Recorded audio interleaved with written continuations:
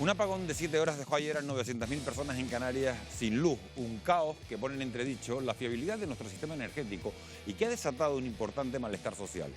En unos minutos les vamos a contar si lo ocurrido en Tenerife podría reproducirse en otras islas. También seguimos muy pendientes de la evolución del coronavirus. ¿Estamos preparados para una segunda ola?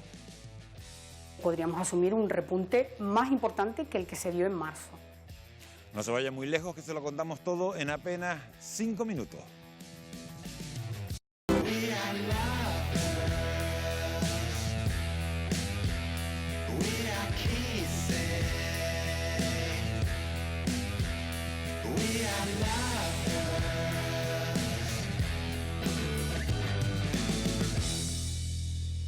¿Qué tal? Buenas noches. En España hay 158 brotes de coronavirus activos. Desde el Ministerio de Sanidad hacen un llamamiento a la calma, pero sin dejar de extremar las precauciones.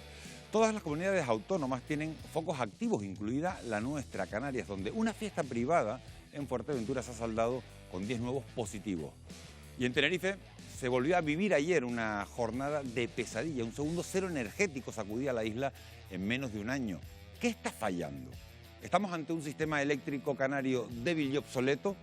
Enseguida vamos a hablar de todo esto en una noche en la que también abordaremos la cumbre europea que comienza en apenas unas horas y en la que España y Canarias se juegan mucho para poder afrontar la recuperación económica tras la pandemia.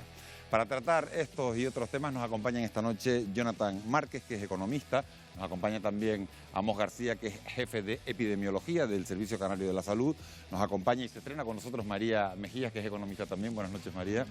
Gracias por acompañarnos. Y otra persona muy conocida, Basilio Valladares, que es científico y catedrático de parasitología de la Universidad de La Laguna. Empiezo por ti, Basilio. ¿Dónde te cogió el apagón ayer? Te cogió en Tenerife, imagino, ¿no? Sí, claro, en el laboratorio. Y nos amargó el día. ¿Las amargó el día? Hombre, cuando tienes las cosas empezadas, cuando todo, se va la luz, todos los equipos se frenan, se apagan, no sabes si se ha desregulado el lector, tiene, bueno, un lío. A Amos también lo cogió en Tenerife, ¿no? Me cogió justo aterrizando en la isla de Tenerife, de repente llegué yo y se fue la luz. Y también me amargó toda la mañana de trabajo en la isla. Bueno, pues no fueron los únicos a los que les pasó eso. Ese nuevo cero energético, el segundo en menos de un año y el quinto en una década, dejó ayer sin luz a cerca de 1 millón de habitantes de toda la isla. Y se produce cuando hace tan solo un mes el gobierno de Canarias culminaba un expediente de sanción cuantificado, fíjense, en 30 millones de euros a Red Eléctrica y a 10 millones a Endesa por el apagón que se produjo el pasado 29 de septiembre. Una situación insostenible para el presidente del Cabildo de Tenerife. Es que parece que 30 millones de euros no es suficiente para sancionar a Red Eléctrica o a Endesa después del último apagón. Yo no me voy a resignar como presidente del Cabildo a pensar que esto es natural. Es como si nos hubiera tocado la lotería 2 veces, eso es muy raro. O sea, eso no pasa.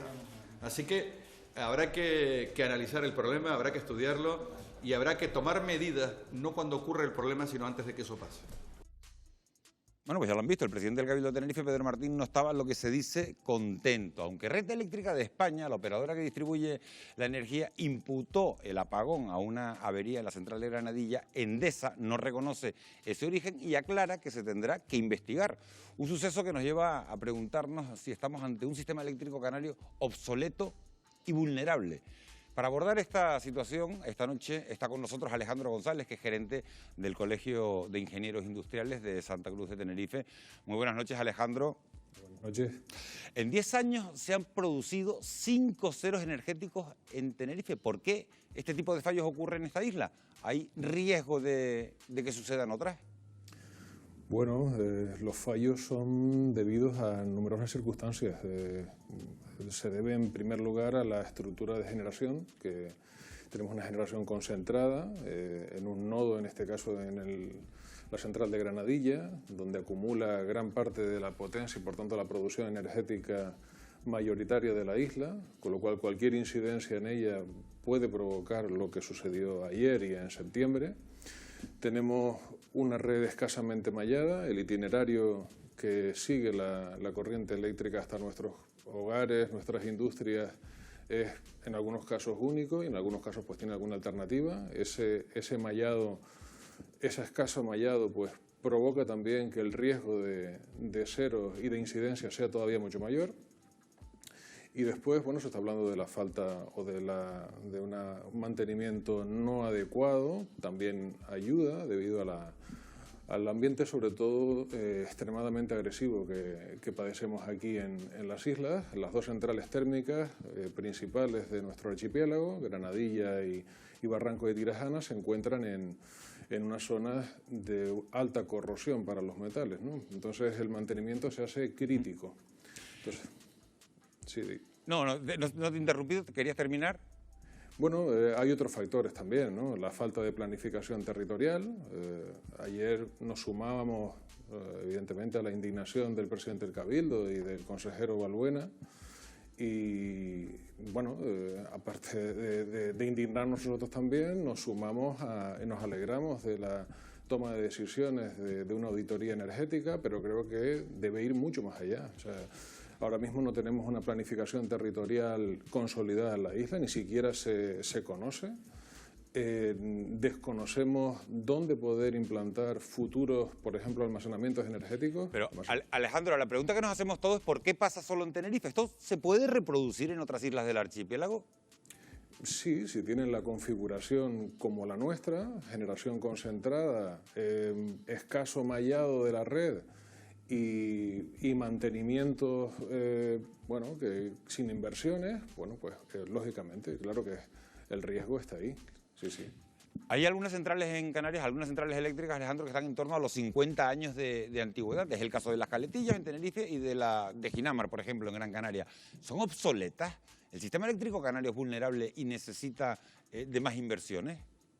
¿Son obsoletas? Desde un punto de vista de eficiencia energética, sí. Esas centrales ya pueden considerarse que han cumplido su vida útil. Hay ahora mismo otras tecnologías que, quemando combustible mucho más económico y más sostenible, incluso pues hablamos del gas natural, que aunque tenga una cierta componente de emisiones, sigue siendo mucho mejor desde un punto de vista de directiva de emisiones que otros combustibles que actualmente se están quemando en los ciclos combinados, como es un diésel de alta pureza.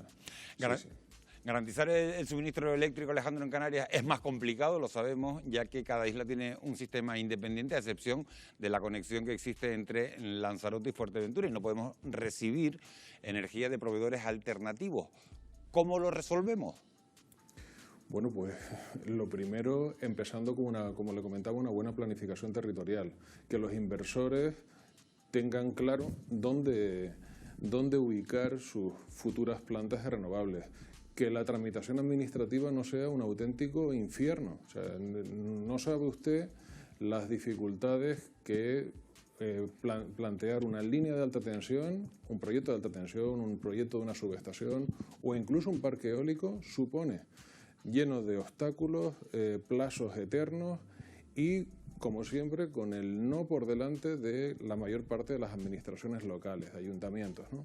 Eso es un problema grave que debemos salvaguardar, ¿no? Que debemos, en este caso, solucionar, ¿no? Hay otro tema del que se ha hablado muchísimo en las últimas horas a raíz de ese cero energético, aunque la penetración es lenta en Canarias, el autoconsumo y las energías renovables podrían ser, Alejandro, parte de la solución para impulsar un modelo que evite nuevos ceros energéticos. Sí, sin duda, claro que sí. El autoconsumo ayudará a que seamos mucho menos vulnerables, pero sin duda alguna, para evitar ceros de este tipo, es crítico los almacenamientos energéticos a gran escala, ya sean concentrados o distribuidos, a ser posible combinados. Los almacenamientos no solo ayudarán a que se eviten este tipo de situaciones como las de ayer, sino también mejorarán la penetración de las renovables. Aprovecharemos mucho mejor los recursos renovables disponibles, ¿no? Ahora mismo ya se están produciendo vertidos, o sea, no aprovechamos todos los recursos disponibles y en parte se debe a eso. Pero del almacenamiento energético ni siquiera es un embrión a día de hoy para la administración regional e insular, ¿eh? Alejandro González, gerente del Colegio de Ingenieros Industriales de Santa Cruz de Tenerife. Muchísimas gracias por haber estado en Fuera de Plano, muchísimas gracias por atendernos. Muy buenas noches. Muchas gracias a ustedes, buenas noches. Bueno, pues son las palabras de Alejandro González, un experto en sistemas energéticos. Jonathan, multas a Endesa y a Red Eléctrica por un montante total, por el apagón, por el cero energético del año pasado, de 40 millones de euros. ¿No son suficientes estas multas como para tomar cartas en el asunto? Debería serlo. Debería ser una solución definitiva a una sanción. Parece que no lo es. O sea, no lo es porque se ha vuelto a repetir. Alejandro más ha dado en el clavo. Escaso mallado, mantenimiento sin inversión, infraestructuras obsoletas, la de Tenerife con más de 30 años, la de Ginamar, que se inauguró la primera en 1972 y acabó el último grupo en el 84, y todo ello unido a la insularidad hace que estemos muy dependientes de un mantenimiento exquisito de estas centrales para que no vuelva a ocurrir esto, porque esto ha pasado en Tenerife, puede pasar en el resto de las islas, y luego hablaremos del efecto económico que puede tener esto, sin duda. Estas sanciones, como la que también pasó en Barcelona en el 2007, que terminó en los juzgados, tiene que hacer ver a Red Eléctrica y a Endesa que hace falta invertir y mantener estas instalaciones. Sí, lo que está claro que por lo que hemos visto no se resuelve con multas. María, las críticas vuelven a surgir sobre la ausencia de inversiones en instalaciones obsoletas y contaminantes, lo decía el propio Alejandro, y otras voces se refieren también a esa falta de planificación energética y a la poca valentía de las administraciones a la hora de tomar decisiones en proyectos que han tenido en contra a proyectos ecologistas. ¿Qué opinas? Bueno, yo escuchando al presidente del Cabildo, la solución no es simplemente abrir expedientes sancionadores a Endesa, porque está claro que no ha servido para nada. De hecho, simplemente revisando, anteriormente también se sancionó a Endesa por 2 millones de euros. Endesa lo recurrió, por supuesto, y no hace más de un año el Tribunal Supremo resolvió a favor de Endesa, porque el Gobierno de Canarias no había justificado la gravedad de la situación. Yo creo que el Gobierno de Canarias debería abrir un expediente, hacer una inspección, ver realmente quiénes son los culpables y tomar decisiones. Y efectivamente estamos en un momento económico muy vulnerable y hay que buscar soluciones. Existen otras alternativas de suministro y lo que no podemos es que frenen inversiones de empresas por temas burocráticos por parte de la administración.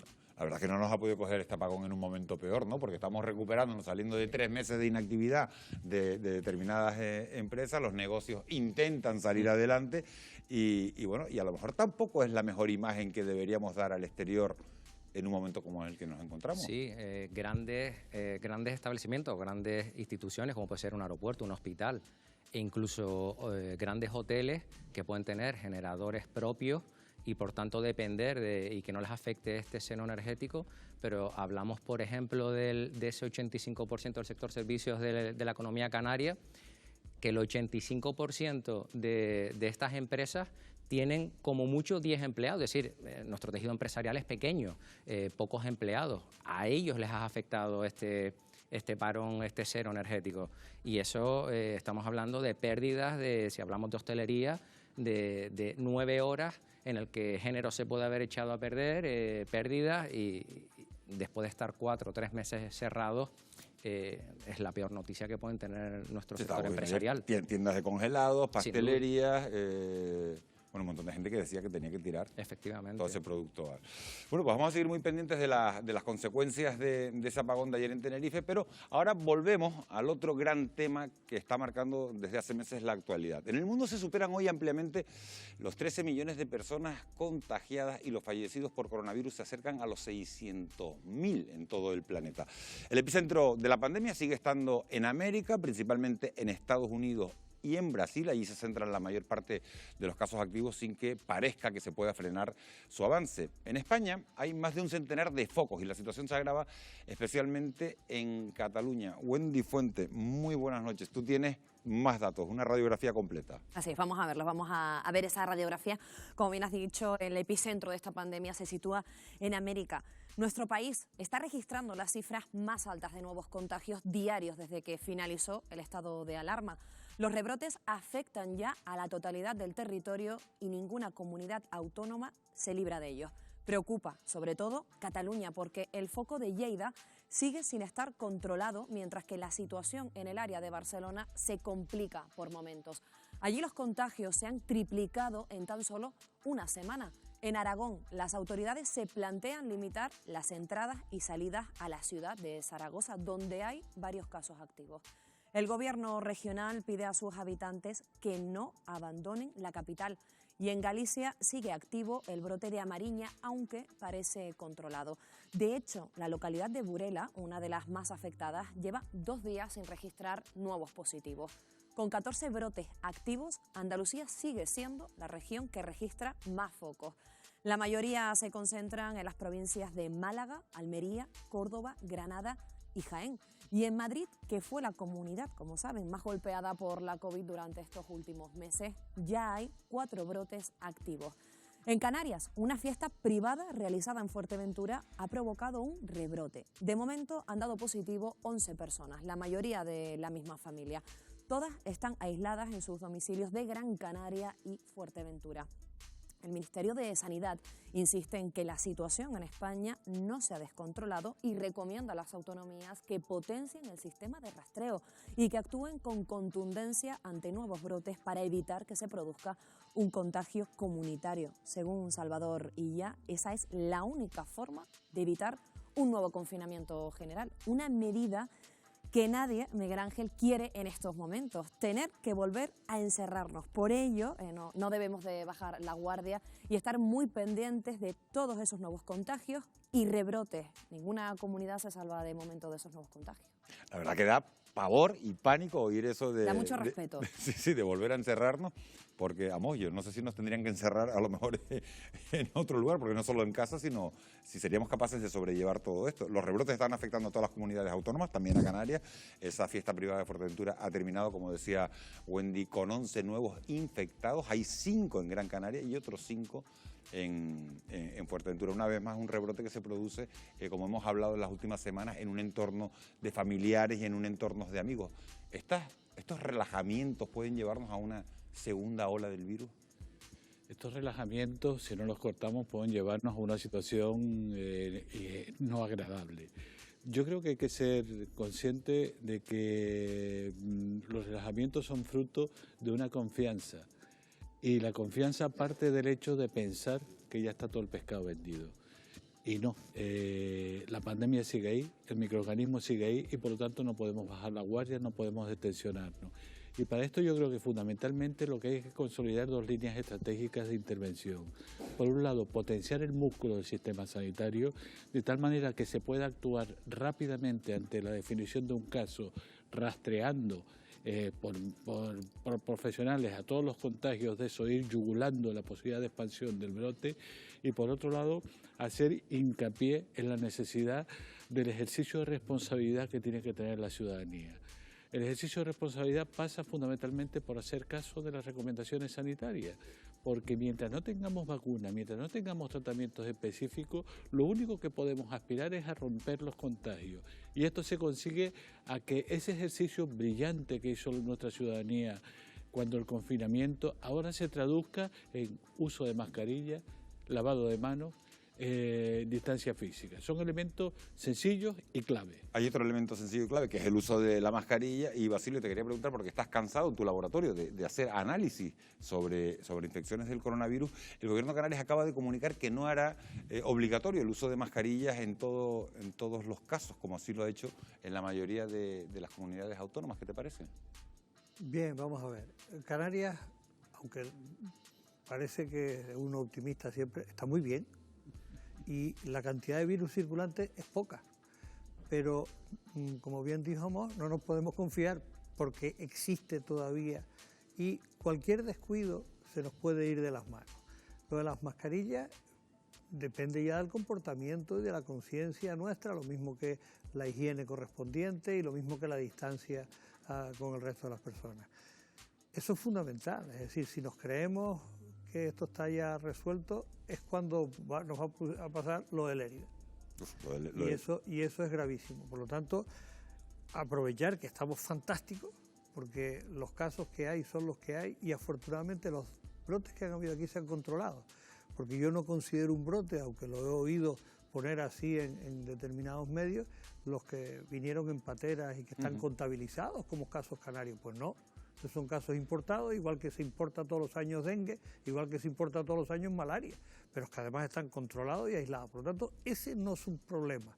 El problema está en que se pasee a alguien de forma inadecuada y reparta de forma indiscriminada en la círculos población. sociales que son mucho más concentrados de ese población es el local. problema. Sí le quería preguntar por el tema de las mascarillas, por esa decisión del gobierno de Canarias de no implantar ese uso obligatorio de las mascarillas en todos los casos, como se ha hecho en otras comunidades autónomas. ¿Qué yo piensa, creo Jamón? que siguiendo la línea de lo que ha comentado Basilio, yo creo que las decisiones se tienen que fundamentar en las realidades. Es la realidad la que va a marcar la toma de decisiones y, como muy bien ha dicho Basilio, afortunadamente en Canarias estamos en una situación razonablemente favorable en el impacto de la pandemia.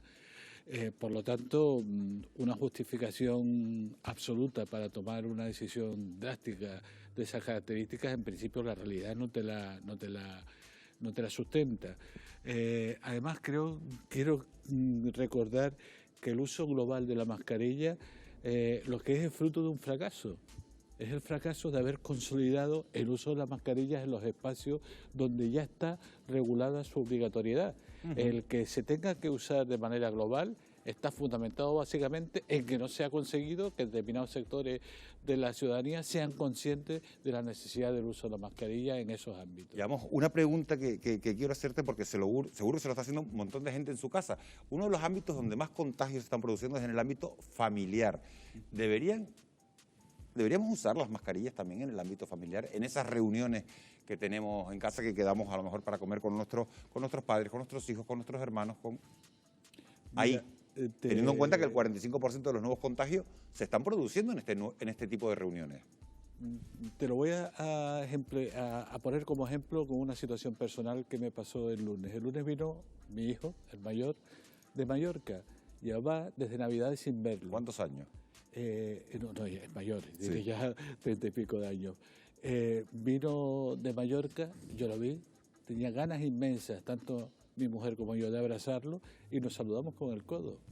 Porque esa es la nueva realidad con la que tenemos que convivir. Esa es la realidad que tenemos que acostumbrarnos a desarrollar. ¿Llevaba mascarilla alguno de los dos? ¿Saludarse con el codo? Sí, pero ¿mascarilla? Él, cuando entró en mi casa, llevaba mascarilla. ¿Y después se la quitó? Después se la quitó. Manteniendo Porque la distancia, entiendo. Exactamente. Y nos saludamos con el codo. Ya después hemos normalizado un poco la situación sin llegar a lo que son los contactos físicos. Yo creo que hay que ser consciente que la pandemia en estos momentos está teniendo una cara diferente a la que tenía en la gran onda expansiva. Y es que ahora se están afectando fundamentalmente personas menores de 50 años, y el ámbito de contagio está siendo básicamente las reuniones familiares o de amigos donde no se respeta la distancia física, el uso de la mascarilla, y es ahí donde se están dando los casos. Y por lo tanto es ahí donde tenemos que incidir con el mensaje preventivo. Lavado de manos, mascarilla, distancia física. La verdad que si no vamos aquí sin aprendernos lo que dice Amos es para suspendernos a todos. Estabas diciendo cosas muy interesantes, porque es verdad que cualitativamente a lo mejor ha cambiado el perfil de las personas que se contagian, pero lo que sí es cierto es que el aumento de nuevos casos positivos que se están registrando estos días recuerda un poco a la situación que se vivió en marzo, cuando el número de contagios obligaba al gobierno a decretar el famoso estado de alarma. Pero lo que nos preguntamos, ¿estamos realmente o no, Wendy, en un escenario parecido al del mes de marzo? Vamos a verlo precisamente en este informe, pero sí es cierto que esta situación nos hace echar la vista atrás y volver a ese 14 de marzo cuando se decretó el estado de alarma. Lo cierto es que el goteo de nuevos contagios y los brotes que surgen por todo el país crean alarma entre la población debido a que la curva de la pandemia vuelve a subir. Sin embargo, la mayoría de epidemiólogos advierte de que la situación no es comparable a la que vivimos en marzo. Comparado con la pandemia que hubo en marzo, donde habría una alta tasa de transmisión comunitaria, ahora tenemos brotes localizados que están siendo bien controlados por las autoridades sanitarias. Además, todo el personal sanitario y todas las autoridades están más compenetradas y muchísimo mejor preparadas que en la pandemia de marzo.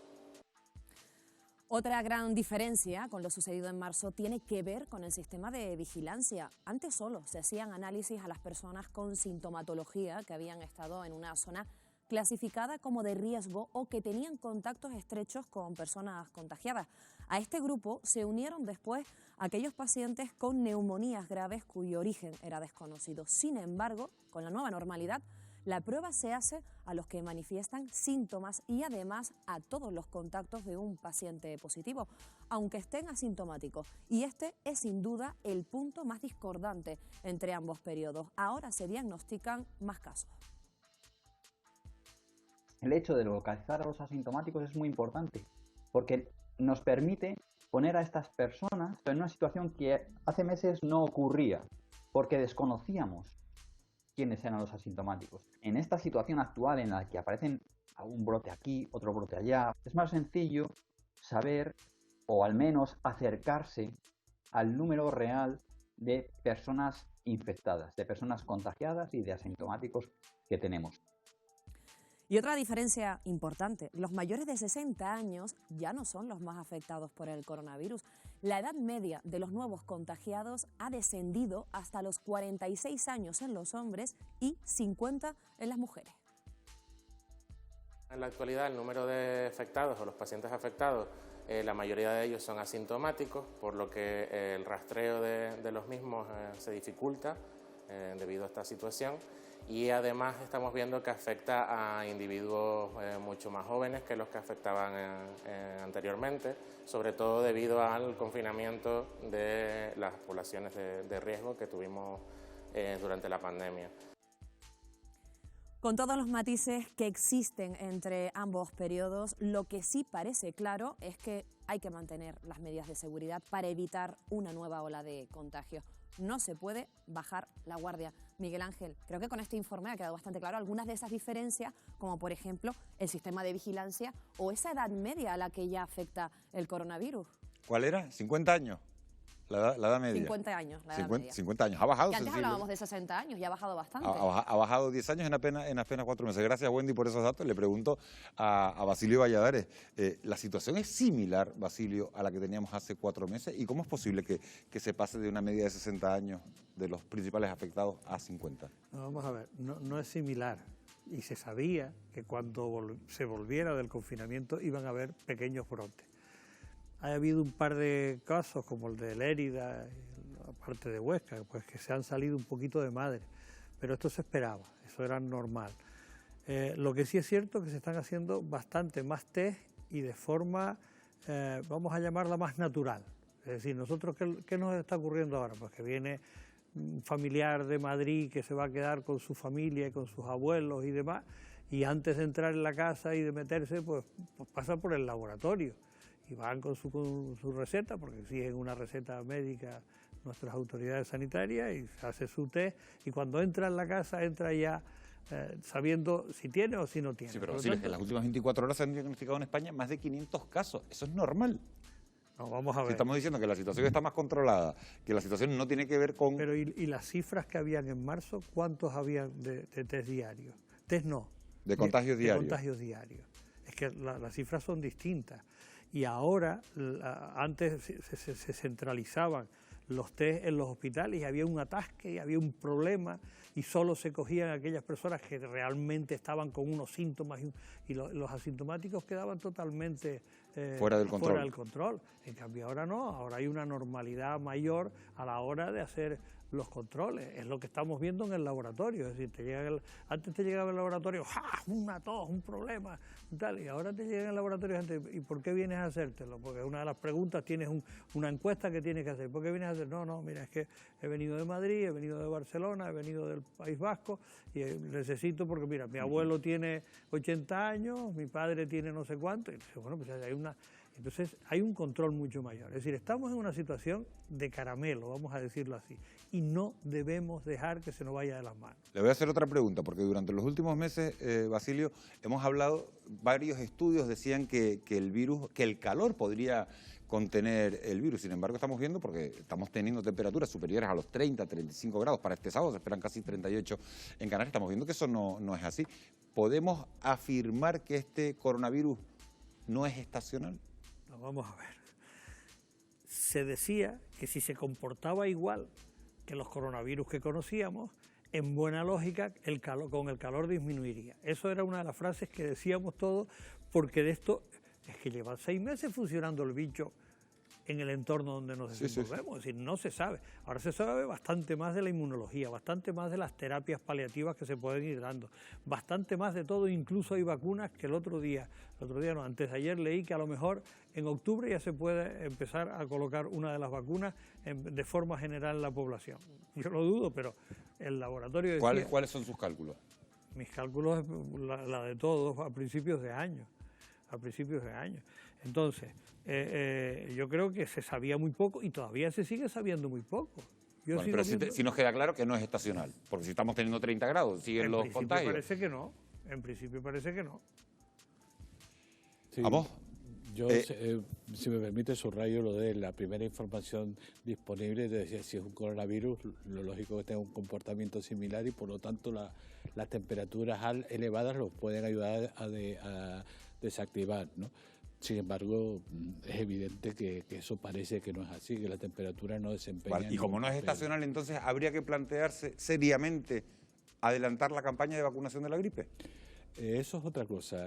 Bueno, pero es que... Sí, comento. La gripe es la gripe y la COVID-19 es la COVID-19. Adelantar la vacuna de la gripe, yo creo que antes de octubre no tiene mucho sentido, en tanto en cuanto la vacuna va a ser más eficaz cuanto más próximo esté su administración al pico máximo de incidencia.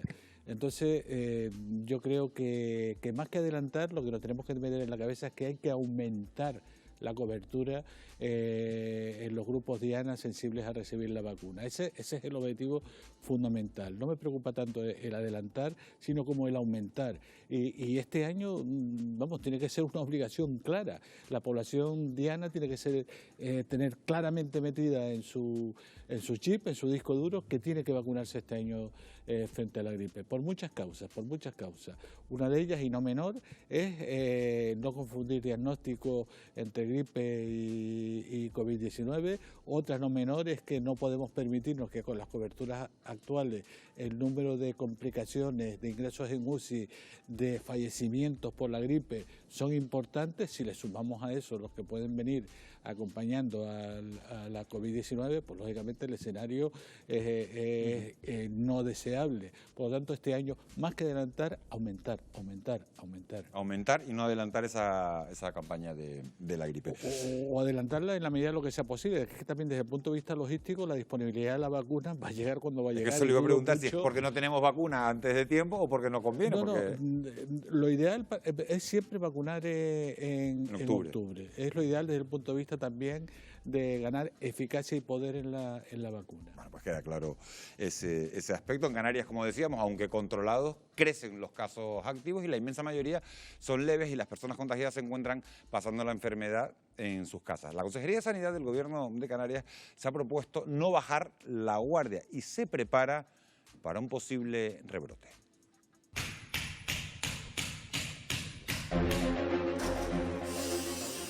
El sistema sanitario de Canarias se prepara para hacer frente a un posible rebrote de la pandemia. Ahora mismo disponemos de material médico almacenado, camas disponibles en plantas completas. Los quirófanos ya operan mañana y tarde e incluso se desarrollan obras en hospitales como este para dedicar nuevos espacios a la lucha contra la COVID-19.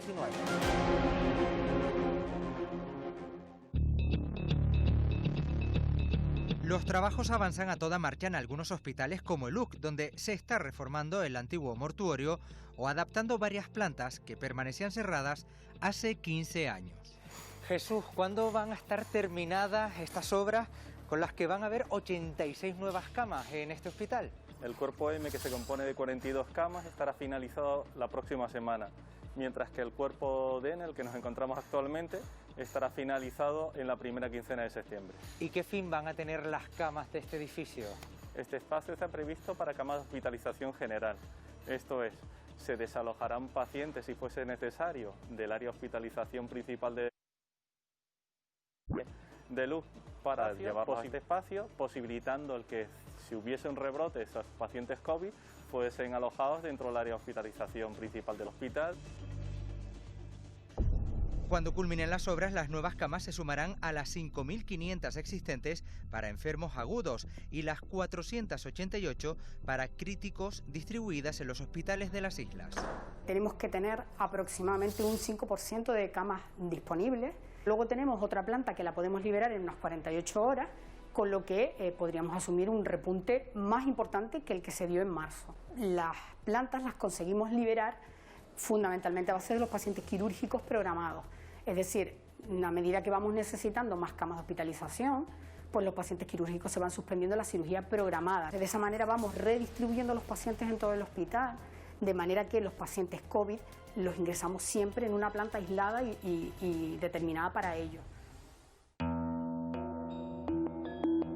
Este es uno de los almacenes donde la Sanidad Canaria acopia materiales para hacer frente a un virtual rebrote de la pandemia, al menos en los próximos 3 meses. Juan Marrero, eres el jefe de este almacén del Hospital de la Candelaria. ¿Aquí qué tipo de materiales acopian para luchar contra la COVID-19? Medio de transporte, batas, gorros, guantes, calzas, pantallas faciales, gafas oculares y los monos y las mascarillas famosas, que tenemos sobre 400 y pico mil mascarillas. Si viviéramos un brote considerable, ¿volveríamos a tener desabastecimiento de materiales como los que tuvimos en el mes de marzo o abril? No, no creo. Si hay un rebrote, ahora sí estamos preparados para hacerlo sin ningún problema. Mientras el sistema sanitario se rearma frente a la pandemia, el resto de tratamientos médicos e intervenciones quirúrgicas intentan regresar a la normalidad. Para evitar el colapso ante un rebrote, se retoma la apertura de los quirófanos por la mañana y por la tarde. Miguel Carrancho, subdirector médico del área quirúrgica de LUC, varios meses en estos quirófanos han estado sin operar con normalidad.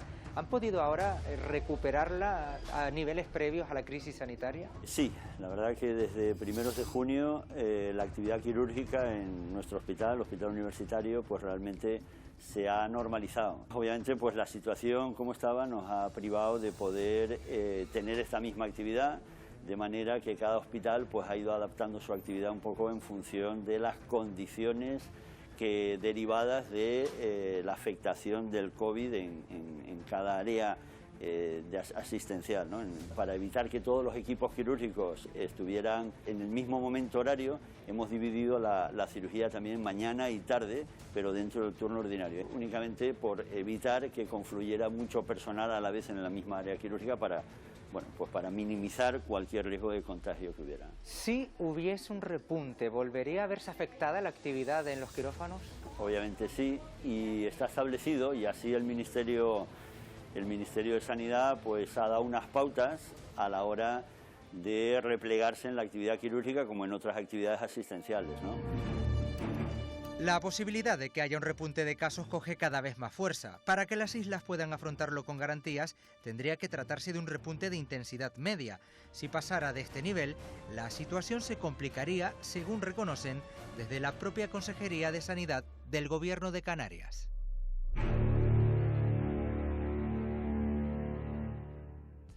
Eso es una parte de la historia. Enseguida vamos a conocer la otra parte.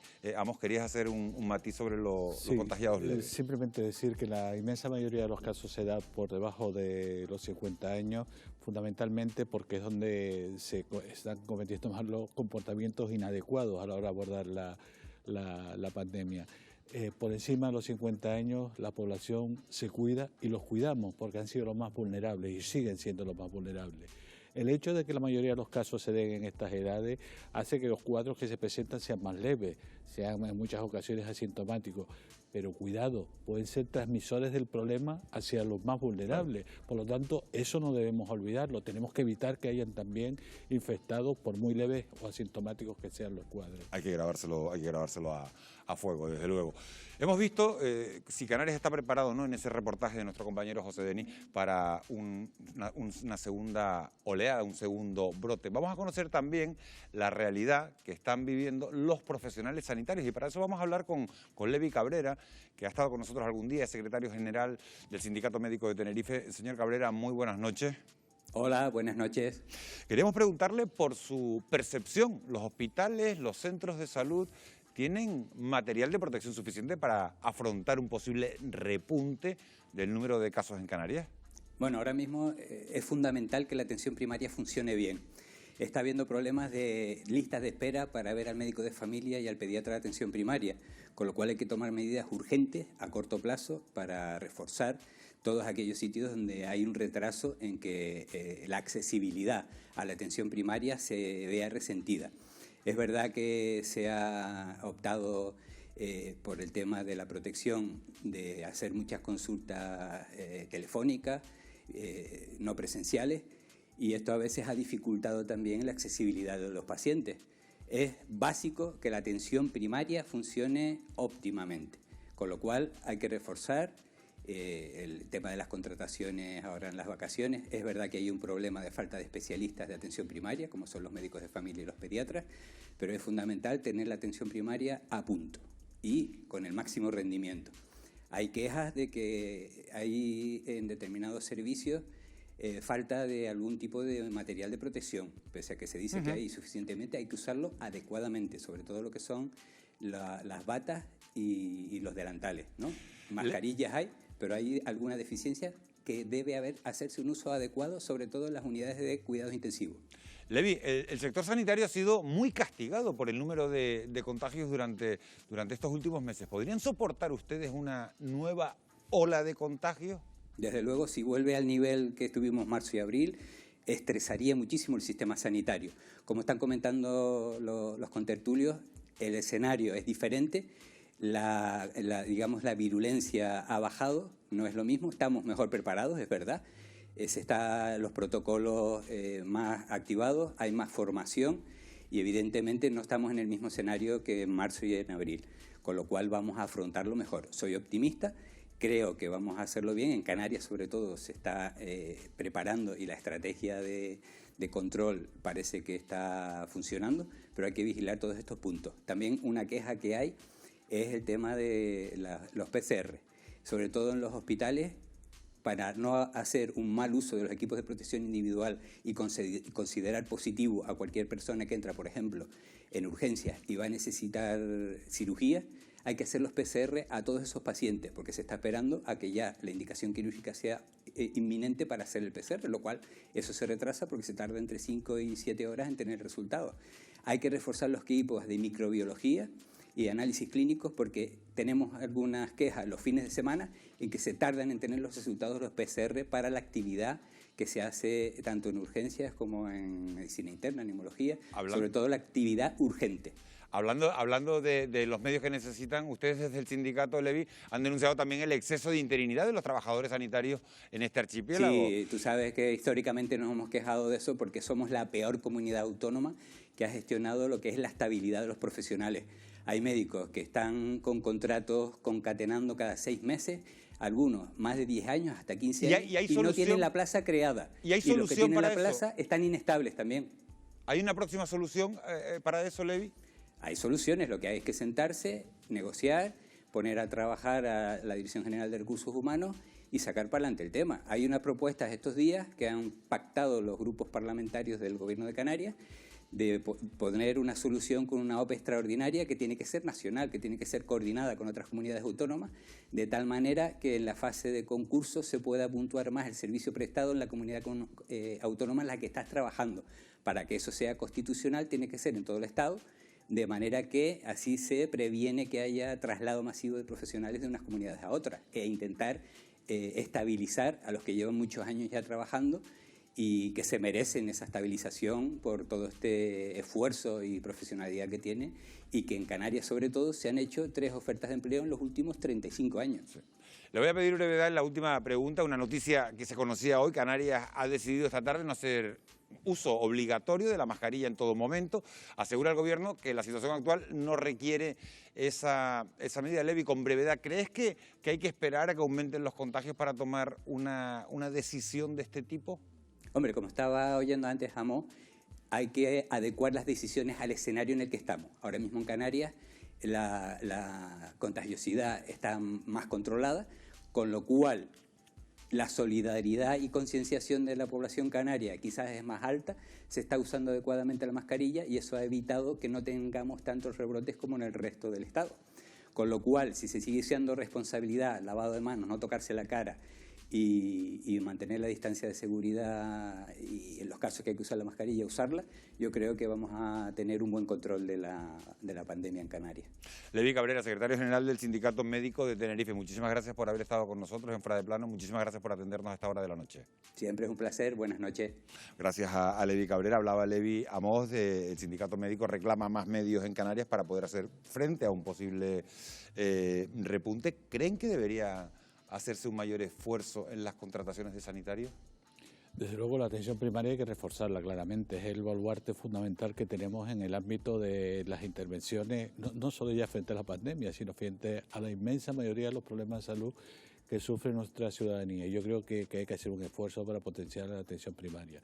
Es cierto que lo que es en el ámbito de médicos rastreadores, de profesionales sanitarios rastreadores, enfermeros rastreadores, se ha invertido bastante y yo desde esa perspectiva estoy satisfecho, pero eso tiene que venir acompañado de un refuerzo claro de la atención primaria de salud, eso es evidente. Basilio, en el hipotético caso de un rebrote del virus que afecte a una o a varias localidades de las islas, ¿qué se debería hacer? ¿Aislar estrictamente a ese núcleo poblacional en el que se detecte o aislar al conjunto de la isla?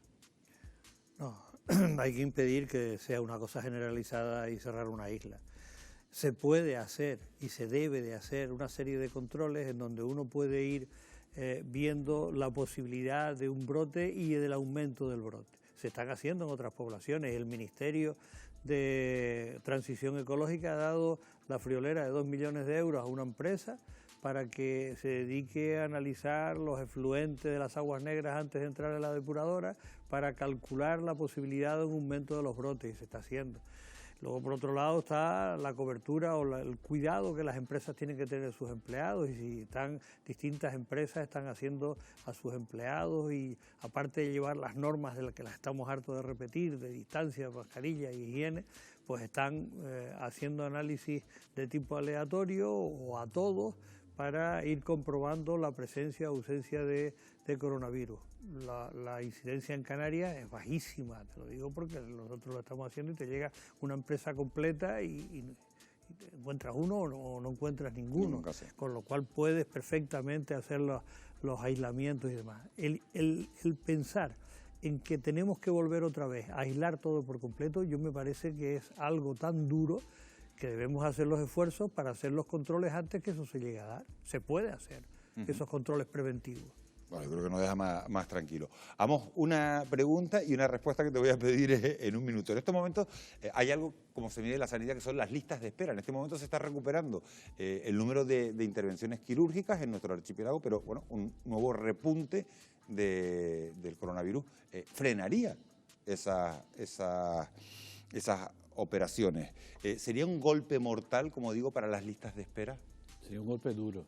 Sería un golpe duro porque, como muy bien has dicho, lógicamente, si volvemos a estar en una situación que requiera que se priorice todo lo que es el ámbito asistencial, todo el ámbito sanitario, hacia las intervenciones contra la pandemia, habría otro retroceso en lo que es el ámbito de atención a otros niveles, ¿no? como intervenciones quirúrgicas, etcétera, etcétera. Sería una situación muy compleja, muy difícil de sobrellevar.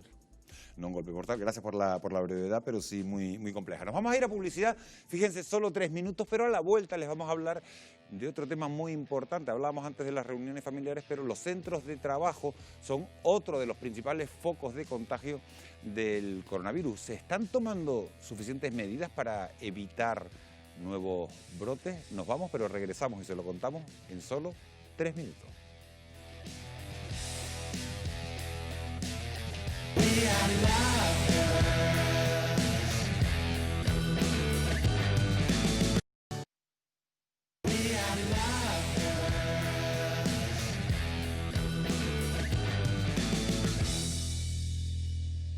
11:10 de la noche, seguimos en directo en Televisión Canaria, en Fuera de Plano, hablando del coronavirus. Uno de los ámbitos, lo decíamos hace un instante, donde nos pasamos la mayor parte del día es, lógicamente, en el trabajo. Y también el trabajo es uno de los principales focos para la expansión del coronavirus.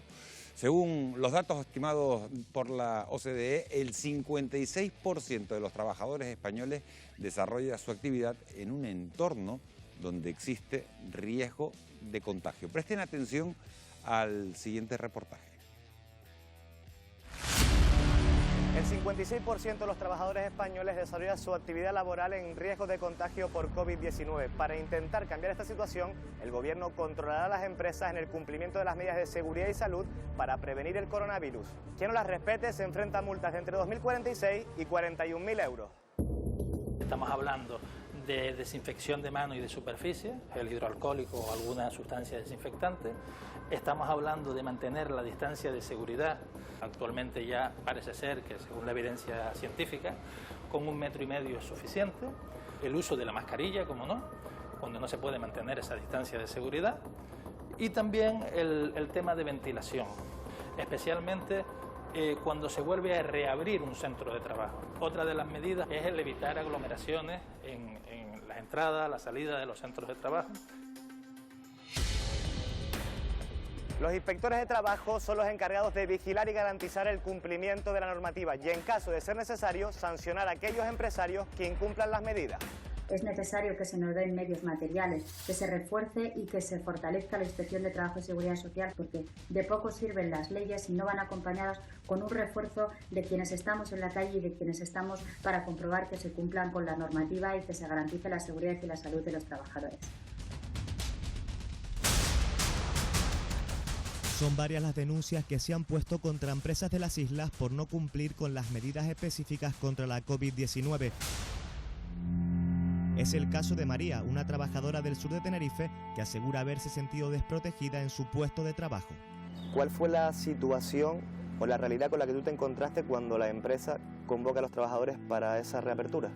Nos encontramos que no teníamos los EPI que dictaminan las medidas de seguridad, como las mascarillas, los geles hidroalcohólicos, el termómetro para temperatura. Tenemos unos vestuarios muy pequeños donde los trabajadores entraban a cambiarse sin guardar las medidas de distancia de seguridad.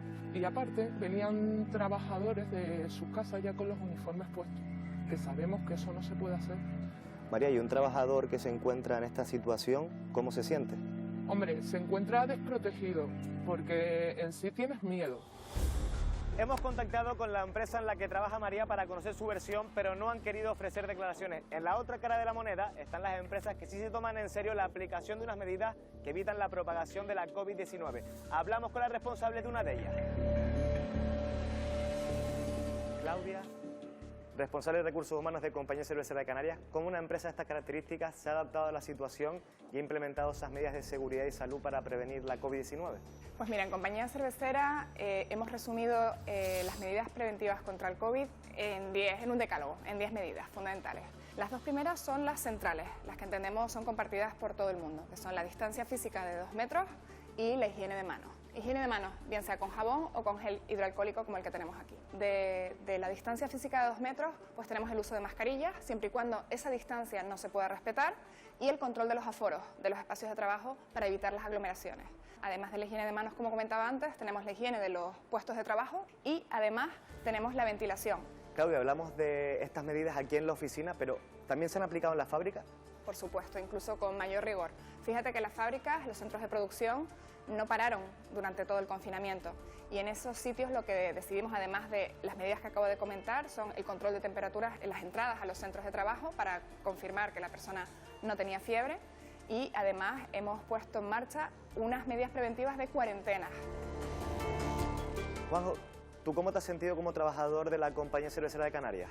Me he sentido seguro y protegido con todas las medidas que la empresa nos ha puesto en nuestro servicio, o sea, en cuanto a seguridad a la hora de entrar a las oficinas, dentro de las oficinas, recordándonos en todo momento las medidas de seguridad, lavarnos las manos, etc.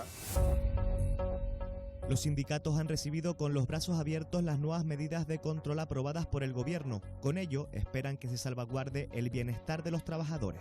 Consideramos que es muy buena medida, consideramos que está bien que se haya asimilado a una infracción grave, porque consideramos que es así si se trabaja en unas condiciones donde no se cumplen esas medidas, pero consideramos también muy importante que en un futuro muy próximo ya esto forme parte de la legislación laboral y que esté claro para posibles nuevas pandemias.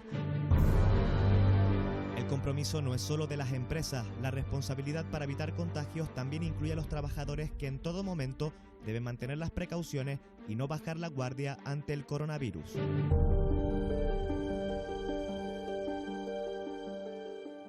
Ya lo han visto, empresas que lo hacen mal y empresas que también que lo hacen bien. Que el 56%, María, de los trabajadores españoles realice su trabajo en un puesto con riesgo de contagio sitúa a este país a la cabeza del ranking de las naciones occidentales. ¿Qué estamos haciendo mal? ¿Faltan controles en los centros de trabajo a tu juicio? Vamos a ver, yo creo que es la forma de hacer del español. El español, hasta que no le toques el bolsillo, no toma ningún tipo de medida. Anteriormente eran orientaciones las medidas que tenía que tomar el empresario con sus trabajadores. Fue el martes cuando el Consejo se reunió y ya decidieron que sean las comunidades autónomas las que establezcan si se sancionan a través del inspector del trabajo cuando llega a un puesto de trabajo y ve que no han seguido con esa acometida. Nuestros vecinos europeos son personas más conscientes, que es lo problema. O sea, si cada uno individualmente fuéramos conscientes e intentáramos protegernos de no contagiarnos y de no contagiar a nadie de forma individual y en tu centro de trabajo, pues más de una medida y más de un susto que no hemos pegado no lo estaríamos llevando. O sea, que tiene que ver más con la idiosincrasia del español que... Yo opino que sí. Jonathan, ¿es responsabilidad de las empresas proporcionar un entorno de trabajo seguro a sus empleados? ¿Tan costoso es dotar de materiales de protección? Porque a lo mejor ahorramos ahora y a la larga resulta más costoso. Bueno, yo creo que invertir en cualquier materia que sea salud y seguridad no tiene que verse como un gasto, más al contrario tiene que verse como no volver a perder dinero en el futuro. Es decir, si nos aseguramos que nuestros trabajadores y nuestro ambiente de trabajo esté sano y saludable, probablemente no cerrarán nuestras empresas y podamos seguir vendiendo, ofreciendo servicios y por tanto ingresando dinero y no cerrando y mandando a los ERTE a esos trabajadores. Entonces entiendo que sea el coste que sea, se debe asumir. María, también la OCDE ha advertido de que las mujeres y los más jóvenes son los más propensos a tener empleos con riesgo de contagio, al igual que los profesionales que tienen unos ingresos más bajos. ¿Son ellos los que suelen ocupar puestos en los que se exponen más al contacto físico? Por mi experiencia, muchos de los empresarios, muchos de los trabajadores de empresarios no toman las medidas que se deben tomar, que son sencillas y es lo que dice el compañero, no es el coste, es un protocolo y son 4 cosas o 10 cosas con la empresa esta que vimos de la cervecería, que son fáciles, no son complicadas. El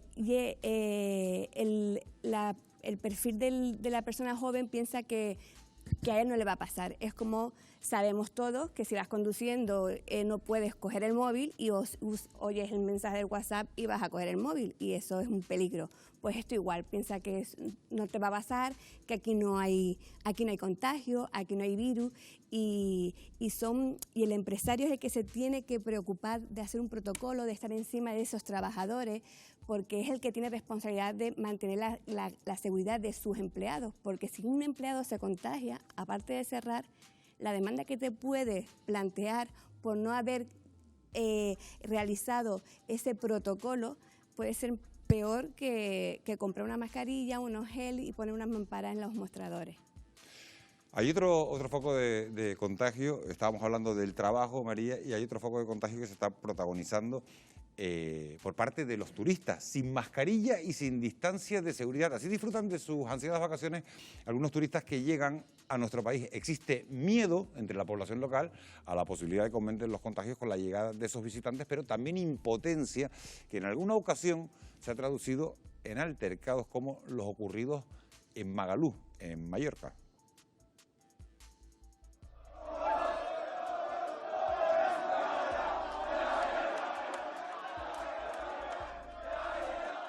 Turísticas más conocidas de Palma de Mallorca. Son personas que no guardan la distancia de seguridad, que no llevan las mascarillas. Vamos, cuando uno ve estas imágenes, o Basilio, cuando ven estas imágenes, ¿qué piensas? A mí igual me ponen ¿Estamos vivos de casualidad o te ponen los pelos de punta? Me ponen los pelos de punta, pero inmediatamente hago la siguiente traducción. Esos ciudadanos que ven ahí son fundamentalmente proceden del Reino Unido y representan lo mal que se ha gestionado la pandemia en determinados países, como por ejemplo el Reino Unido o Estados Unidos, donde estableciendo líneas de intervención equivocadas, pensando que llegando a un perfil de enfermos que nos posibilitara crear una inmunidad colectiva de rebaño, se caía en la inconsciencia de considerar que para llegar a esa cifra el número de muertos de cuadros graves debería ser absolutamente detestable. Entonces es fruto también de una mala gestión, de una mala planificación de lo que son las intervenciones frente a la pandemia. Basilio, ¿cómo se consigue que los turistas cumplan con las normas de seguridad? Pues no lo sé, porque yo siempre me baso en la responsabilidad individual de las personas. Me baso yo, se basamos y todos los que estamos metidos en el mundo de la sanidad, y lo repetimos una y mil veces, es decir, va a depender de la conciencia de cada uno para esto funcionar. Cuando esta gente hace estas barbaridades como lo que acabamos de ver, ¿qué le vas a hacer? ¿Le vas a meter la policía por medio? Es que es de loco, es decir, cuando se llega a un nivel intelectual de eso, pues no, y el alcohol también jugará una... También. El alcohol ya les ha jugado... Pero fíjense, les hemos mostrado esas imágenes de Mallorca, de Magalú, pero no hay que irse hasta Magalú para ver imágenes de esta, porque allí el gobierno balear ha ordenado incluso el cierre de establecimientos para evitar ese turismo de excesos y sin control, pero aquí en Canarias también, concretamente en la isla de Lanzarote, y son imágenes que le han ofrecido nuestros servicios informativos y que hemos visto en esta cadena de televisión en estos días, parece que se ha ido de las manos un poco la situación a un local, que están viendo las imágenes de ocio nocturno. Decía el empresario, el dueño del local, el gerente del local, que sí, que se estaban cumpliendo perfectamente las distancias de seguridad y las medidas, pero vamos, basta con verlo, ¿no? Hombre, eso no se puede hacer. 1,5 metros es 1,5 metros. Ahí, en un local nocturno y en una terraza, y ahí no hay 1,5 metros. 1,5 metros es 1,5 metros. Yo no sé la percepción de la medida que tendrá la persona que dice que ahí se estaban cumpliendo las distancias de seguridad, pero evidentemente distan mucho de la que significa 1,5 metros. María, decías antes que un poco que cuando nos tocan el bolsillo es cuando nos duele. Sí, señor. Había que tener, con este tipo de locales, había que tener medidas ejemplares. Sancionar, y sin más. Mira, eso que se está viendo ahí, el que no haya habido un lío ya en Lanzarote es porque ha habido muy poco virus o no hay virus. Gracias a Dios, lo que hemos dicho desde al principio. Canarias está en estos momentos muy bien. El problema está en que en medio de eso puede haber 4 o 5 personas que vengan de otro sitio y te forman un lío descomunal, y eso sí que sería un brote importante, porque eso se expande, cada uno se va a su casa, se lo pega al hermano, al primo, al padre, y se forma un lío. Ese es el problema. Es que viendo esas imágenes parece milagroso que no haya más control. Y además que aquí juegas porque hay empresas que están cumpliendo con la normativa, no abriendo sus establecimientos nocturnos, perdiendo su dinero con sus empleados en el ERTE, y después están las personas que no respetan esa normativa, que no va con ellos, y no pueden salir sin más. O sea, hay que sancionarlo y porque entonces económicamente hay una desventaja. Sí, claramente la sanción debe ser ejemplar, y actos como este nos hace ver que no terminamos de ser conscientes de la gravedad del asunto. Ya no solo a nivel sanitario, que evidentemente es lo más grave, sino empresarios como este negocio no tiene claro que fomentando este tipo de actividades su negocio va a cerrar dentro de poco otra vez. Claro. Por culpa de negocios como este que permiten este tipo de fiestas, nos veremos confinados otra vez. Y evidentemente esos trabajadores y ese empresario, unos irán al paro y otros quebrarán. Entonces tenemos que ser conscientes, tenemos que concienciarnos la sociedad. Esto no ha pasado, el virus sigue ahí, la crisis sanitaria sigue ahí y la crisis económica está, Y se espera incluso peor. Con un rebrote o un segundo confinamiento, vamos, no quisiera ni hablar de ello.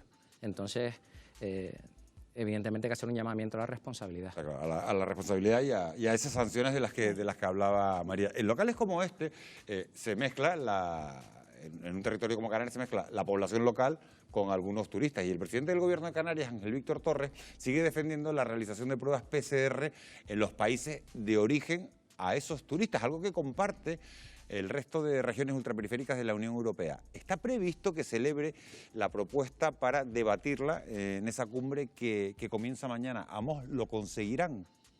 Ojalá, porque yo creo que es una medida bastante razonable. ¿Hacer PCR a los turistas en origen sería el escenario ideal?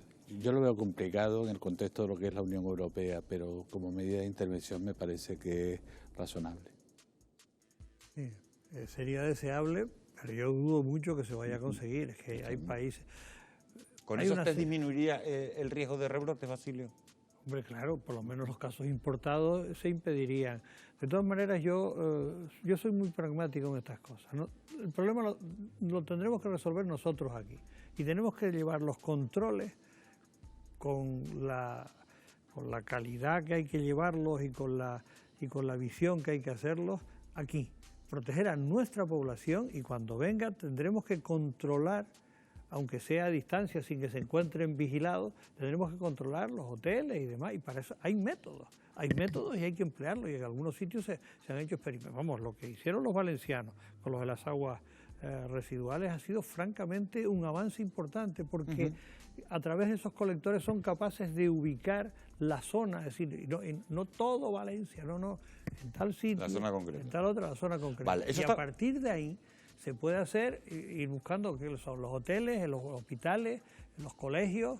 Vale, eso está muy bien, pero a mí hay algo que a lo mejor es que soy muy corto y no acabo de entenderlo. Si la mayoría de los casos son asintomáticos, ¿sirve de algo tomar la temperatura en los aeropuertos? No, y además es que no hay ningún síntoma que entonces no soy el único que se lo pregunta, ¿no? Porque dicen todo el mundo, hay que tomar la temperatura en los aeropuertos. Pero después me dicen a la vez que la mayoría de los casos son asintomáticos. Entonces, ¿para qué? No hay ningún síntoma de los 10 o 12 más importantes, la pérdida del olfato, la pérdida del sabor, la fiebre, la tos, problemas respiratorios, todo eso uno detrás de otro. No hay ninguno que se dé en todos los casos. En unos tienen tos, en otros tienen fiebre. En un gran porcentaje pierden el olfato y el sabor, que luego lo vuelven a recuperar. Ese quizás es de las cosas que menos se habló al principio y que se ha visto que es un porcentaje importante, pero no lo tienen el 100%. Por lo tanto, no hay algo, porque si usted dice, no, es que se le pone el ojo virado al revés, pues tú vas a mirarle el ojo. O le da fiebre a todo el mundo, o se le dobla el dedo. No, es que no hay un síntoma que le dé a todo el mundo, sino que a uno le da una cosa y a otro le da otra. Por lo tanto, lo de la fiebre, pues vale. Pero me ha dejado usted más tranquilo, no se cree que yo dándole vueltas ahí. Yo para aliviar tu ansiedad, Miguel Ángel, sí, me voy a ir más relajadito hoy para casa. También decirte que lo de la temperatura tiene una validez muy escasa, muy escasa. Porque, como ha dicho muy bien Basilio, muchísimos casos. Claro, pero como uno llega al supermercado y lo apuntan, y llega al dentista y lo apuntan, y estamos hablando de los aeropuertos, y los test PCR es una cosa, y otro aspecto distinto es tomar la temperatura. Sí, no quiero decir que tenga su uso también, sí. Evidentemente. Y también reforzando un poco lo que decía antes Basilio, a mí me gustaría reforzar la idea de que no se trata solo de PCR sí o PCR no, se trata de un global que debe incluir básicamente el garantizar que en el ámbito donde va a estar hospedado el turista, en el ámbito de formación de los profesionales que atienden a los turistas, lavado de manos, mascarilla, distancia física. Es un global, no podemos... No solo para la población local, sino también para el turista. Vamos a hablar precisamente de turistas, pero Jonathan quería hacer... Bueno, yo estoy totalmente de acuerdo con lo que dice Basilio y Amok, o pues de otra manera, ¿no? En el ámbito sanitario. Yo sí creo interesante las pruebas PCR en origen. Evidentemente no hablo desde el punto de vista sanitario, pero sí económico. Eso da un índice de confianza empresarial enorme. Es cierto, y además, Amos, tú lo decías hace un par de semanas, las pruebas PCR te dan una foto en un momento dado, lo que quiere decir que dentro de 5 horas no estés contagiado. Pero bueno, las probabilidades aumentan si ya esa persona viene limpia, libre de virus, pues las últimas 5, 7, 9 horas que puede tardar una prueba PCR. Entonces, es cierto, tenemos que tener cuidado, especial atención en Canarias, pero si además le añadimos esas pruebas PCR Claro, hechas en origen... estamos todos de acuerdo en que en origen sería fundamental Sí. y sería muy importante. Bueno, lo cierto es que la realidad es que los turistas están llegando ya a las islas, eso es una buena noticia, pero no es tan buena como parece porque lo hacen a cuentagotas y eso provoca que los negocios que dependen directa o indirectamente del sector estén pasando pues, por muchísimas dificultades. Lo vamos a ver en este reportaje que hemos preparado. El coronavirus ha provocado una situación inédita en las islas. Durante meses se ha vivido un cero turístico, algo impensable hace tan solo un año.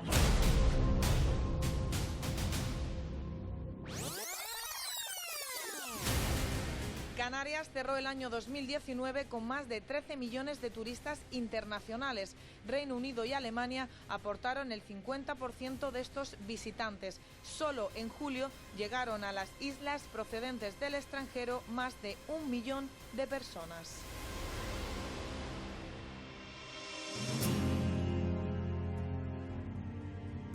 Ha pasado un año y aunque a principios de este mes se abrieron las fronteras para los visitantes internacionales, el panorama en la mayoría de zonas turísticas de las islas no ha cambiado demasiado. La situación es una situación nunca vista. La cuestión es si va a ser coyuntural o va a traer cosas con cambio. Es muy posible que no volvamos a tener situaciones anteriores turísticas, sino que estemos posteriormente a un nuevo comportamiento turístico en general. Los turistas que visitaron las islas en julio del año pasado gastaron una media de 162 euros diarios. Parte de ese dinero acabó en las cuentas de bares y restaurantes. Este año es diferente. Un café para la mesa 1, por favor. Gracias. Estamos en una zona turística que lamentablemente aún no están llenas, pero a pesar de eso has decidido abrir. Exactamente. Estamos intentando salir adelante poco a poco. Perder ya perdía más cerrado. No podemos compararla con la realidad que teníamos el año pasado. Simplemente resignarse, seguir trabajando, trabajar más, porque tenemos menos empleados. Me quedarán 6-7 personas en el ERTE y vamos a trabajar a tope julio y agosto. Hemos tirado bastante del público local. Se está viendo incluso llegar a algún que otro turista. Y entonces te digo, es tirar para adelante, que siga rodando el mecanismo y que siga generando la economía. Gracias. El turismo dentro del sector servicios representa el 35% de la economía canaria. Además da empleo al 40,4% de los trabajadores de Canarias. Tiene tanta importancia que aporta el 35% de la recaudación de impuestos en Canarias. Todo esto lo unimos y pensamos qué pierde Canarias mensualmente, pues estamos hablando de aproximadamente unos 1.255 millones de euros al mes. Hace solo un año este barco realizaba 10 excursiones semanales. Ahora la mayor parte del tiempo continúa amarrado haciendo una salida por semana. Su clientela potencial son los extranjeros. Buenas, Miguel. Hola, ¿qué tal? Patri, ¿qué tal? Pasa. Nada, este es el barco que con condiciones normales ahora pues, estaríamos ya llenándolo para hacer la primera salida de la mañana. Para nosotros el verano es la temporada alta. Es decir, facturamos el 70-80% de la facturación de todo el año. El público objetivo era prácticamente el 90% extranjero. Turismo local residente es un turismo de fin de semana, con lo cual por la semana el barco no sale. La facturación bajó un 80%. Cubrimos aproximadamente la quinta parte de los gastos de lo que habríamos cubierto en condiciones normales. Miguel, ¿qué alternativa tienen para salir adelante este verano? Las salidas están más en plan eventos, pero ya no haciendo las excursiones de antes. La situación es complicada. Para tirarse por esos toboganes un verano cualquiera había que hacer colas de hasta 40 minutos. Ahora no hace falta esperar para disfrutarlos. A la de 3. 1, 2, 3. Manuel, en estos momentos es de vital importancia el turismo local, ¿no? Totalmente, ¿sabes? Para nosotros siempre lo ha sido, pero ahora más que nunca, porque sin ellos ahora mismo no tendríamos prácticamente nada, ¿sabes? Y gracias a esto estamos sobreviviendo, estamos a 60% más o menos aproximadamente, ¿sabes? A lo mejor nunca llegamos a lo que estábamos, en principio tenemos más esperanza en lo que es el otoño.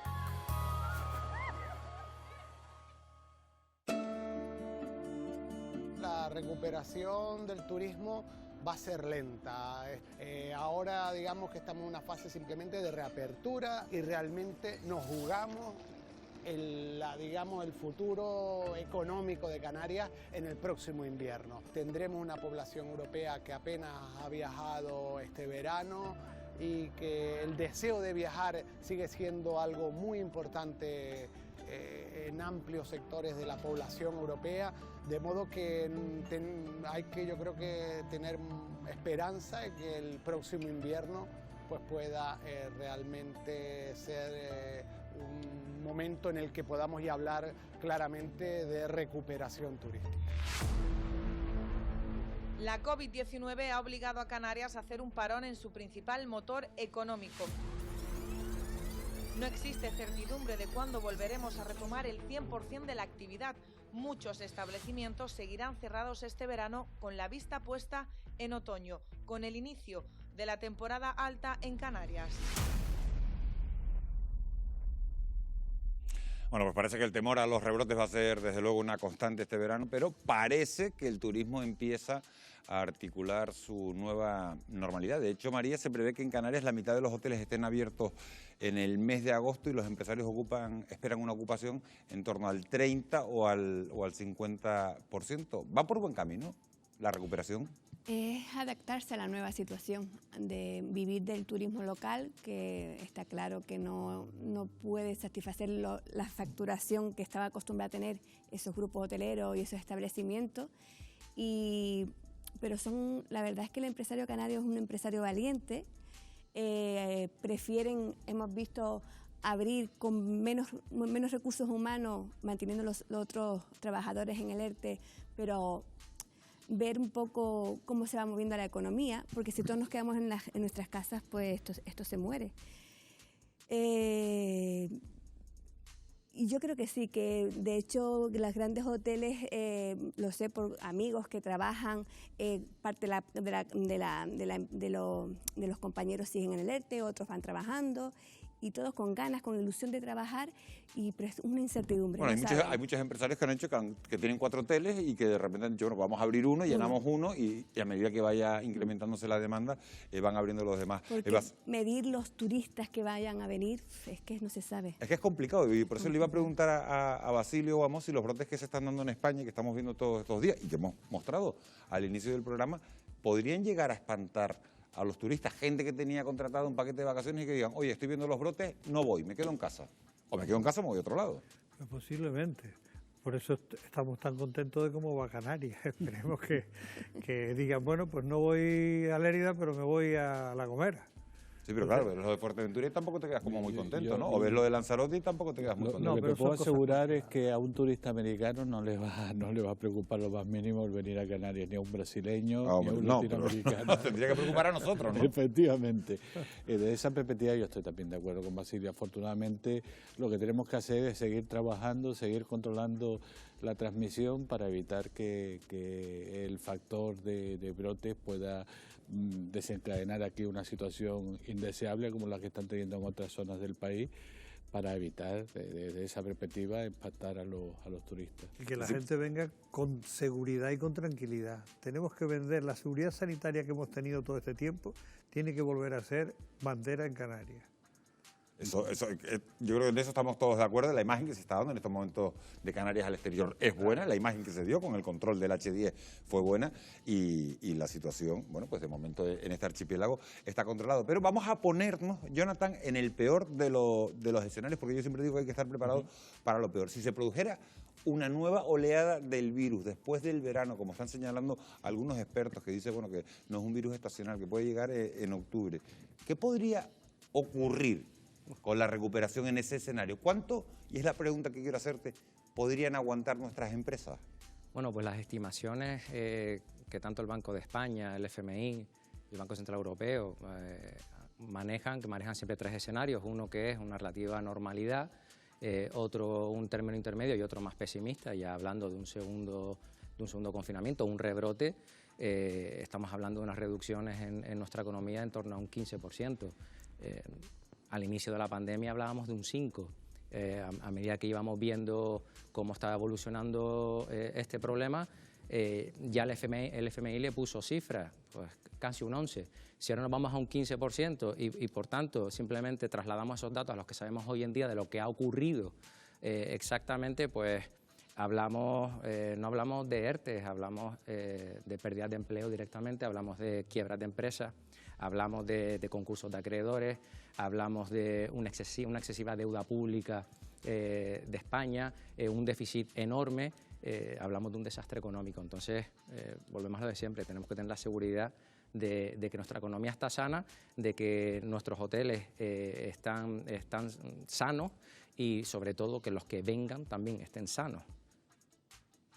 Bueno, vamos a hacer un pequeño alto en el camino, pero sin abandonar el ámbito económico. A la vuelta abordaremos todos los detalles de la cumbre europea que va a comenzar mañana y en la que España y Canarias se juegan su recuperación económica después del paso de la pandemia. No se vayan muy lejos porque volvemos en apenas un minuto.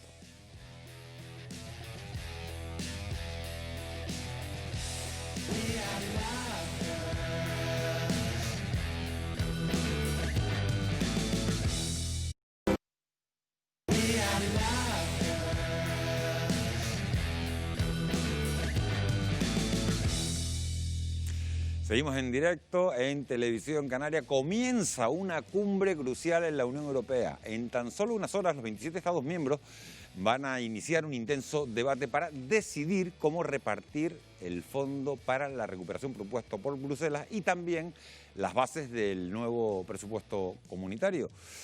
Wendy, cuando hay dinero por medio, los acuerdos no son demasiado fáciles. No son muy fáciles, estaremos muy pendientes de cómo será esa repartición en esa cumbre que se llevará a cabo en las próximas horas. Como saben, España, ya lo estábamos diciendo, se juega su recuperación en una cumbre decisiva que comienza en tan solo unas horas.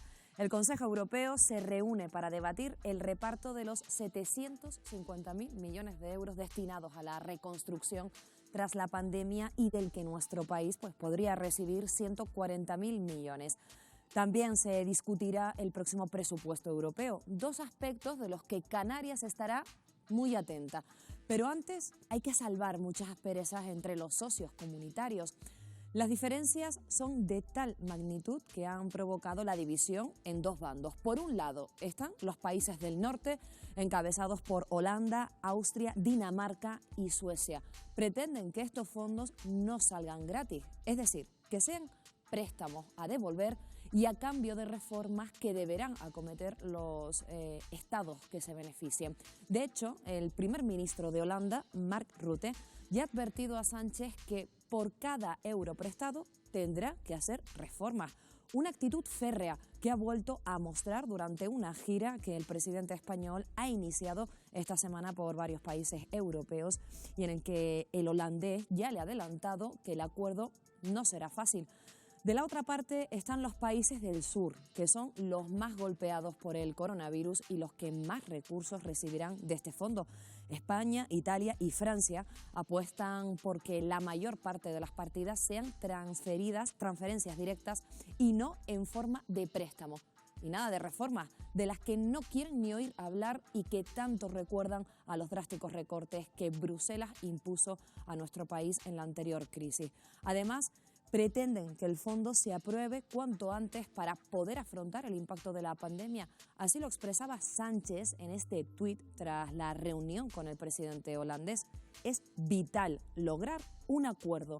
Perder más tiempo solo retrasará la recuperación.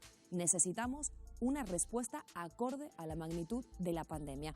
Pero si no se llega a esa rápida respuesta que reclama Sánchez, estas serían las consecuencias. España, como saben, es el país de Europa, junto con Italia, más golpeado por los efectos económicos del COVID-19 y se espera una contracción para España del orden del 12 al 15%. La estructura económica que tenemos pues, es muy dependiente del sector servicios. Solo el sector turístico ya ha dejado de ingresar este año de menos en torno a 80.000 millones. Cuanto más se alargue la recepción de los fondos europeos, que se estima, si se alcanza un acuerdo, estaría en enero, el dinero disponible, y si se alcanza en septiembre, pues estaría para mediados de 2021. Digamos que cuanto más tarde, pues más se agrava el problema y mayor es el sufrimiento de la economía real. La llave de la negociación podría estar en manos de Alemania, país que está representando un papel mediador entre los dos bandos. No obstante, parece complicado conseguir que los 27 Estados miembros lleguen a un consenso en una cumbre que se prolongará durante este viernes y sábado y de la que nadie se atreve a aventurar su resultado final. Por ello estaremos muy pendientes estas próximas horas a ver qué pasará con ese fondo tan necesario para todos los países afectados por esta pandemia. Lo decíamos al principio, cuando hay dinero en medio... Se pone difícil la cosa. Se pone difícil. Muchísimas gracias, Wendy, por todos esos datos. En esta cumbre, María, nos jugamos mucho. 140.000 millones de euros podrían llegar a España procedentes de ese fondo de reconstrucción para hacer frente a la crisis producida por la pandemia. Yo creo que sería iluso pensar que nos van a dar esa cantidad de dinero. Iluso. Sí, sin nada a cambio. Está claro que tiene pinta de que la figura sea de un préstamo que tengas que devolver y España tendrá que dar dejar constancia de en qué va a destinar esas partidas presupuestarias. Y pensar lo contrario, que le van a dar los millones, no se va a devolver a la Unión Europea y puedes hacer lo que quieras sin unos recortes, no lo veo. No sé si te refieres a lo que ha dicho el primer ministro holandés, Mark Rutte, que ha asegurado que España va a tener que hacer reformas por cada euro que gaste.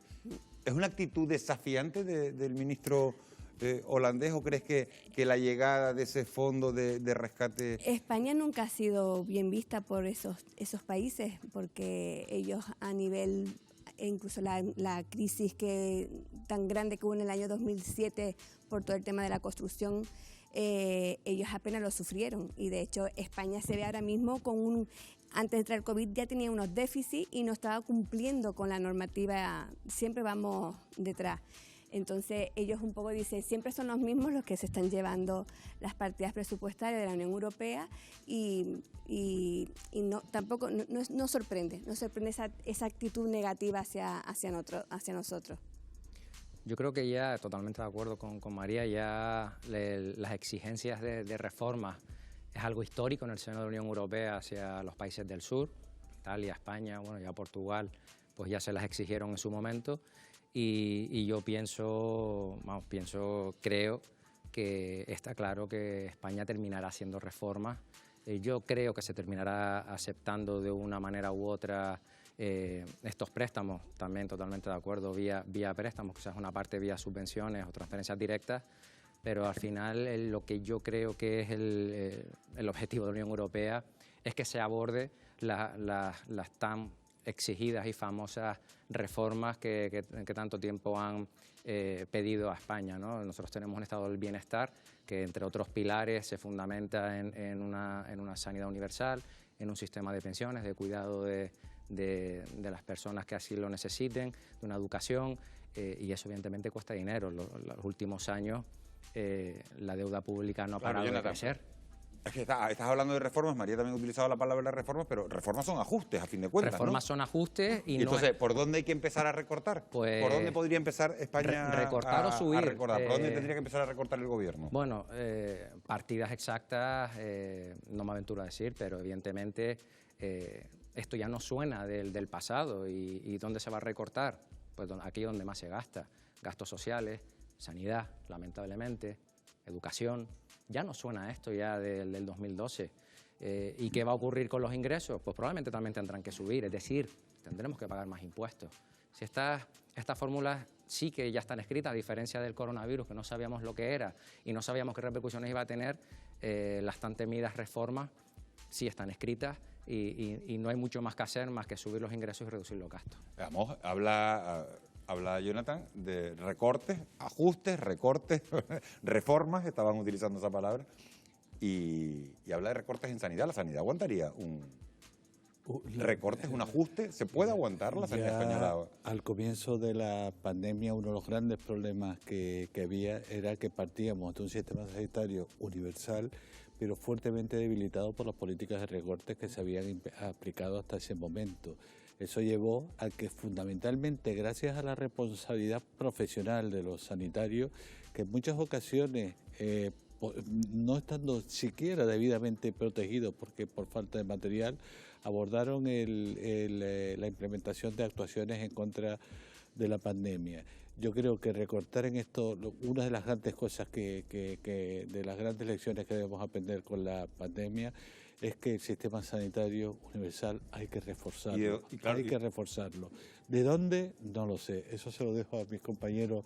Pero que la sanidad no la toquen. Pero que la sanidad no la toque, y los servicios sociales.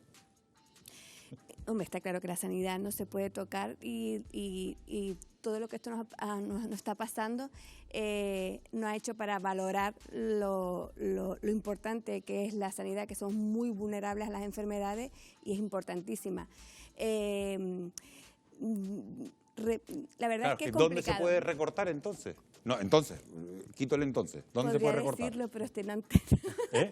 Podría decirlo, pero como estoy en antena... ¿Pero por qué no lo va a decir porque estoy en antena? Hay sitios donde se puede recortar y habría que estudiar esas partidas presupuestarias y es un tema muy macroeconómico. Lo que tampoco es solución de 2 más 2 son 4 y venga, vamos a subir los impuestos y venga, y no recortamos nada. Eso es lo que estamos acostumbrados a ver y lo que no puede ser. Porque tú, un empresario que lo está pasando mal, que tiene la soga ya al cuello, le vas a poner otra soga para aumentar esa carga tributaria, vas a terminar matándolo. Entonces, matándolo es que cierre, que sus trabajadores vayan al paro, que sus trabajadores tengan que pagar el Fogasa, volvemos a incrementar esos gastos públicos. Entonces hay que analizar y creo que es un momento de que no hay una regla única.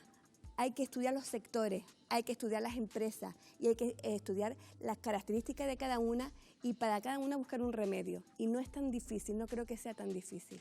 Jonathan, durante esta semana Pedro Sánchez ha tenido reuniones con diferentes líderes europeos y reconoce que todos tendremos que hacer renuncias para poder llegar a un acuerdo. ¿Qué debería ser, te lo voy a preguntar de otra manera, no por dónde hay que recortar, sino qué debería ser irrenunciable para España? Pues si te soy sincero, absolutamente nada. Ahora mismo estamos en una situación de, creo, desesperación. Necesitamos liquidez, necesitamos que nuestras empresas le lleguen liquidez para mantener los empleos. El Estado necesita liquidez para seguir pagando los ERTE, para pagar las prestaciones, las pensiones, todo el gasto público y social que genere. Y ahora mismo, y creo que Pedro Sánchez va por ahí, no estamos para elegir a qué podemos renunciar, sino que nos pongan delante qué nos exigen renunciar y entonces vamos a negociar. No creo que ahora mismo nos podamos poner a elegir. Yo estoy de acuerdo con Amos y, por supuesto, renunciar o limitar la financiación de la sanidad es un gravísimo error, lo hemos visto. Pero yo creo que todas las partidas, en mayor o menor medida, se van a terminar retocando, porque al final eso es lo que nos exigen para darnos dinero.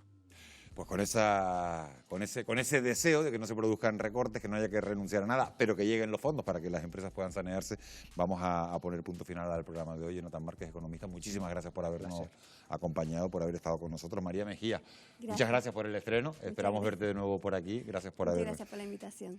Y también darle las gracias a Basilio Valladares. Me da cosa tenerlo aquí hasta tan tarde de la noche, porque sé que es un hombre que se levanta muy, muy temprano por la mañana y que está todo el día a piñón como el resto de intervinientes. Pero, Basilio, son muy importantes las opiniones que viertes cada semana aquí. Muchísimas gracias por acompañarnos.